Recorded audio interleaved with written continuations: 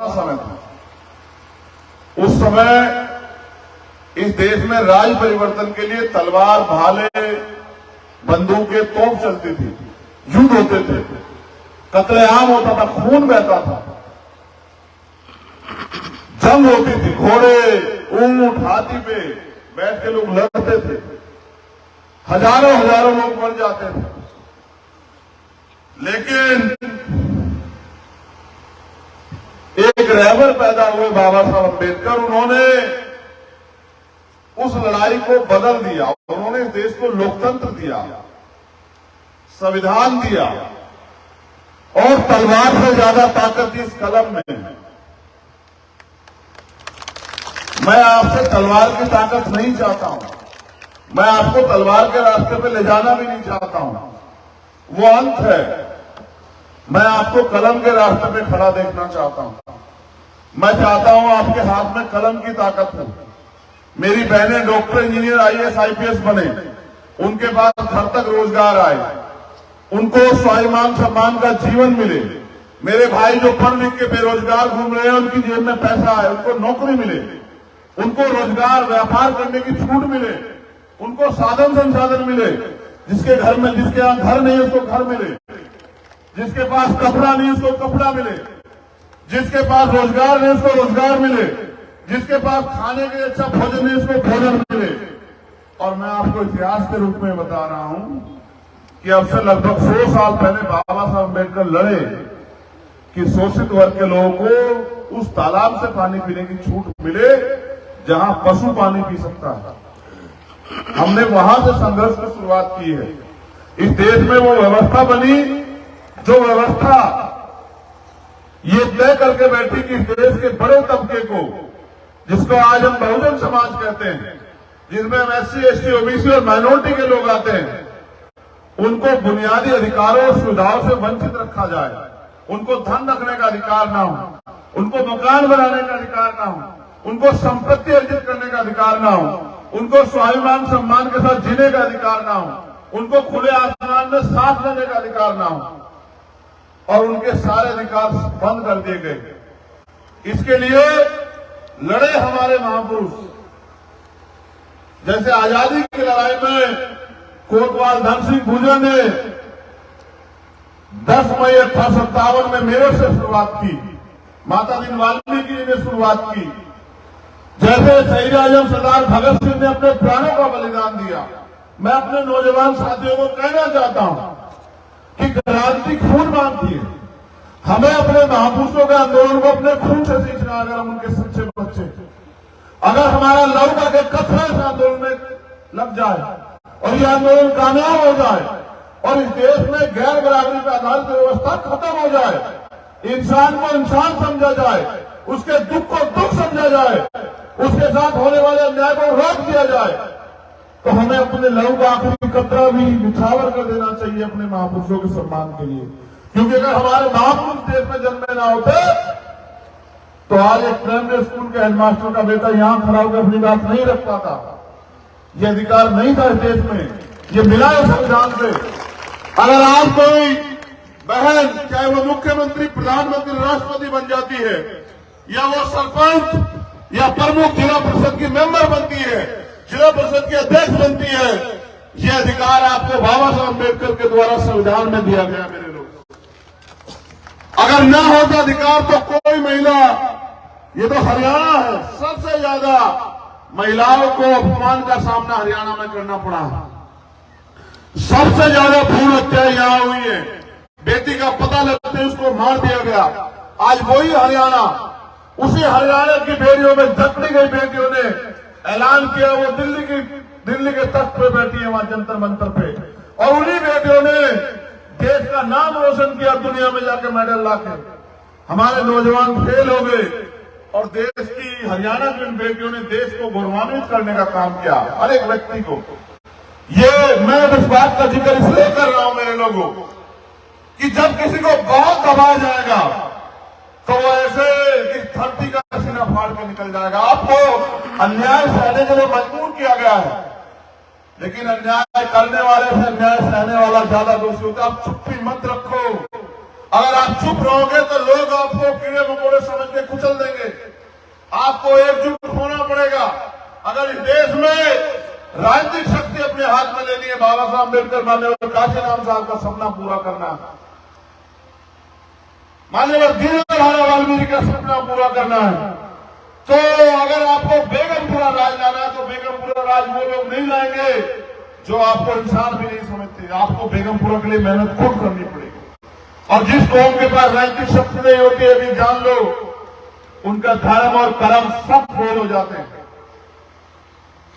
मैं आपसे कह रहा था इस बात को, मेरे नौजवान साथियों को मैंने देखा, मैं नाराज हो रहा था कमल के ऊपर, हिमांशु जी के ऊपर, दोनों भाइयों के ऊपर नाराज हो रहा था कि देखो समय की कीमत को समझो। तुमने वहां से यहां तक मुझे 1 घंटा लगा दिया। रात के अंधेरे में हमारे नौजवान साथी नारे लगाते घूम रहे। मैं डरता हूं, मैं ताकतवर से नहीं डरता हूं, मैं डरता हूं आपको खोने से। आप गाड़ियों के ऊपर बैठे हो, आप बहुत तेज से मोटरसाइकिल चला रहे हो, आपने हेलमेट नहीं लगा रखा। मुझे तकलीफ हो रही है कि जिसको तैयार करने में उस मां ने अपना सब कुछ उछावर कर दिया, अपना पेट काट काट के इसको बड़ा किया, वो मरने के लिए घूम रहा है, गाड़ी की छत पे बैठा हुआ है, मोटरसाइकिल दौड़ा रहा है। मुझे डर पैदा होता है इस बात का। मैं नहीं बोलना चाहता कि एक व्यक्ति मेरे लिए कीमती है और कैसे तैयार होता है आपको एहसास नहीं है। जिस दिन बाप बनोगे पता लग जाएगा तुम लोगों को कि क्या क्या कीमत चुकाते हैं माँ बाप बच्चे के लिए। माँ खुद 9 महीने पेट में रखती है। ये तुम 1 किलो का पत्थर नहीं रख पाओगे, 4 किलो 5 किलो के बच्चे को रखती है माँ पेट में, और फिर खुद भूखी रहेगी, उसको उसके खाने की व्यवस्था करेगी पैदा होने के बाद, खुद सोएगी गीले में, रात को 3 बजे उठकर उसको उसका ध्यान रखेगी कि वो गीला तो नहीं, उसको सूखे में सुलाएगी। मैं अपनी जिंदगी के बारे में बताता हूं आपको।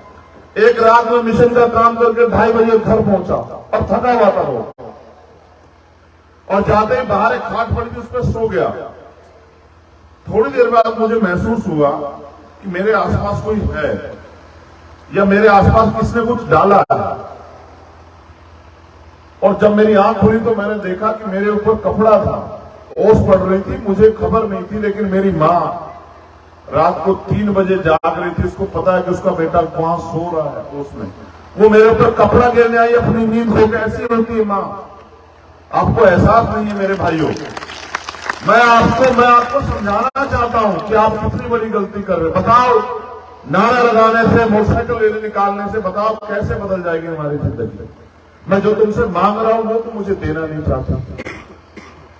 हर लोग अपने आप को कामयाब करने के पीछे लग रहे हैं, हर लोग चाहते हैं उनके पास ताकत आ जाए, और तुम लोग सबसे ज्यादा चाहते हो, लेकिन मिलेगी कैसे मेरे भाई? क्या रात में ये रोड शो निकालने से मिल जाएगी, या गली गली मुझसे माथा टेकवा के खुद टेक के मिल जाएगी? बताओ, या अपनी जान को मोटरसाइकिल पे दांव पे लगा के मिल जाएगी? बताओ, या गाड़ी के ऊपर बैठ के मिल जाएगी? बताओ मेरे लोग। अगर मैं गलत हूं तो मुझे नकारो कि भाई आप गलत कह रहे हो, लेकिन मुझे बताओ कि जब तक आप अपने समाज को तैयार नहीं करोगे, भाईचारा नहीं बनाओगे, अपने समाज को 2 दुश्मन का एहसास नहीं कराओगे, अपनी बहन बेटियों में विश्वास पैदा नहीं करोगे, उनके बीच जाके जो संघर्ष चल रहा है उसको नहीं बताओगे, तो कैसे जुड़ेगा समाज? बताओ। मुझे 10 साल हो गए घर से लड़ाई को लड़ते हुए, 10 साल। 11 जनवरी 2013 को छोड़ा था मैंने सही मायने में घर, और दोनों हरियाणा के जाते हैं, हमारे देशराज जी, सोमनाथ जी, कमल भाई जो हमारे यहाँ के अध्यक्ष हैं, वो जिले के प्रदीप, ये सब लोग जाते हैं, बहुत सारे लोग जाते हैं हमारे बिजली बोर्ड के, मेरे घर पर जाते हैं वो बेचारे मिलने के लिए। मैं ये चाहता था कि मैं जल्दी आपके बीच आ जाऊंगा, आपसे बहुत सारी बातें करूंगा।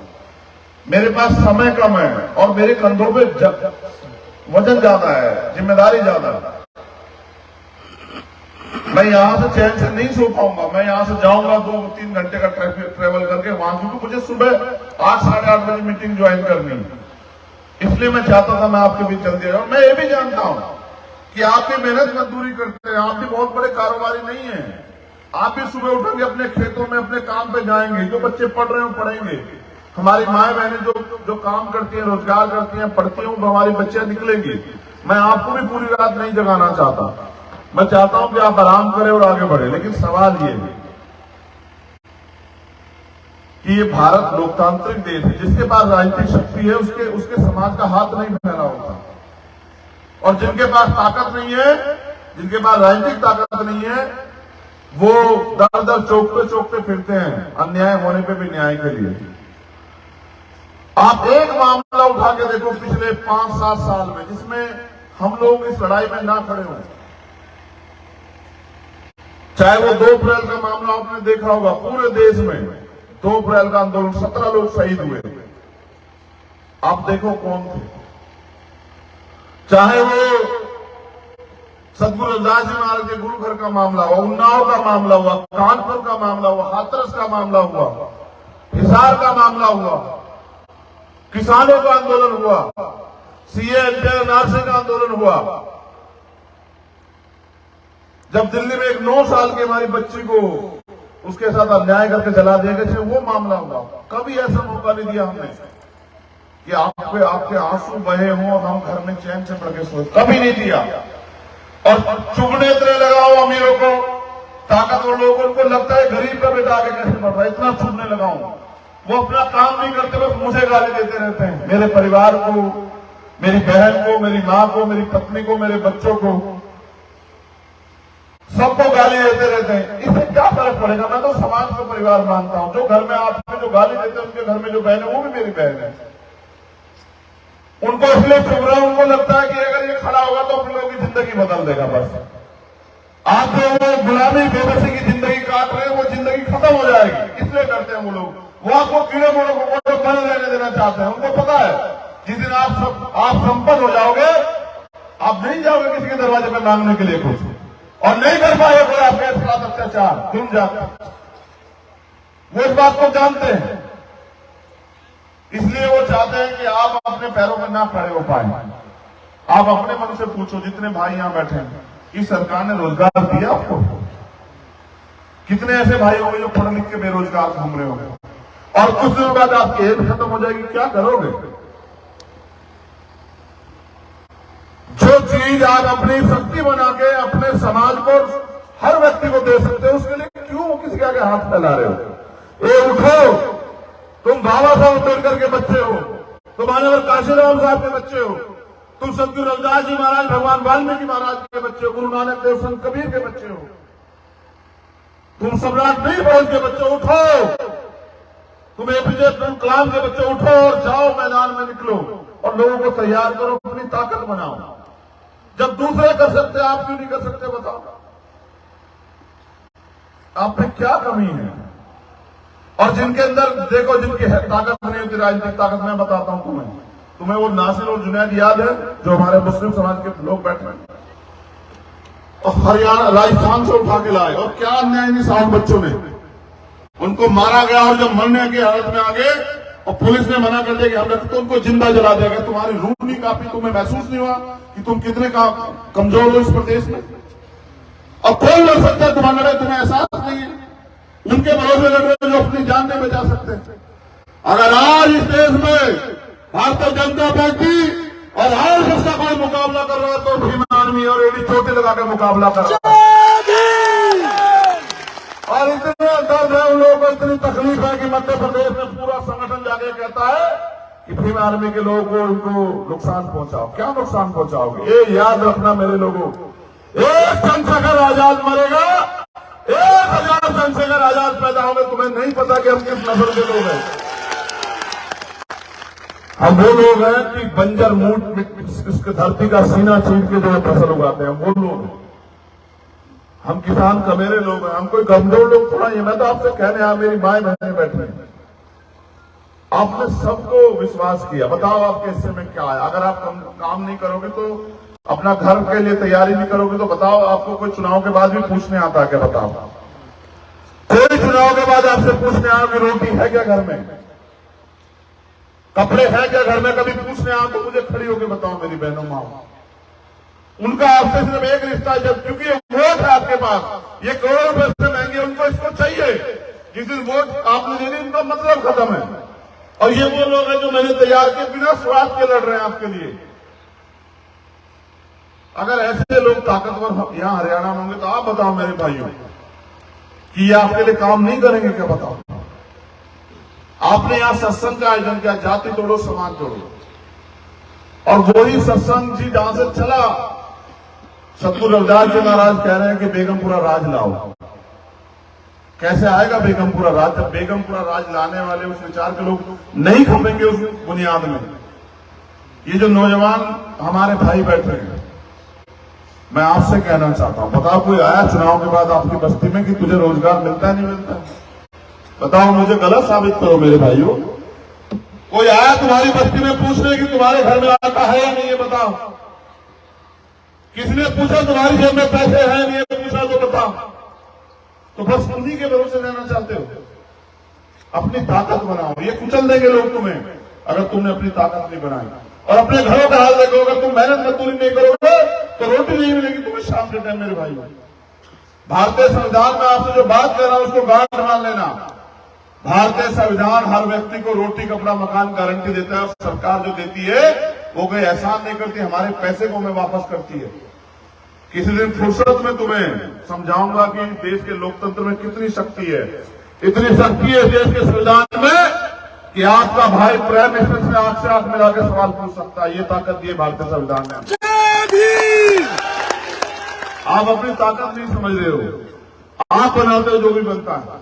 इसलिए अगर जब आप दूसरों को बना सकते हो तो खुद को बनाओ, अपने बीच के लोगों को बनाओ, गरीबों को बनाओ, मेहनत करने वाले ईमानदार लोगों को बनाओ, उनके साथ खड़े होकर उनको ताकत दो, जिससे कल आपकी ताकत बने। आप बहुत मेहनत करते हो, मैं आपका दिल से शुक्रिया अदा करता हूं, धन्यवाद करता हूं, लेकिन इससे काम नहीं चलेगा। रोड शो निकालने से, नारा लगाने से काम नहीं चलेगा। आपको इस रोड शो को गांव में ले जाना पड़ेगा और मीटिंग करके लोगों को समझाना पड़ेगा कि भैया बहुत हो गया है। आजादी को आजाद हुए में 75 साल के लगभग हो गए। भारत में संविधान आए 70 साल के लगभग होने जा रहे हैं। अब हम नहीं किसी के भरोसे रहेंगे, अब हम अपनी ताकत बनाएंगे, अब हम खड़े होंगे अपने पैरों पर। जिस रोजगार के लिए सरकार से उम्मीद करते हो, अपनी ताकत तो बनाओ, वो रोजगार आप देने वाले बन जाओगे।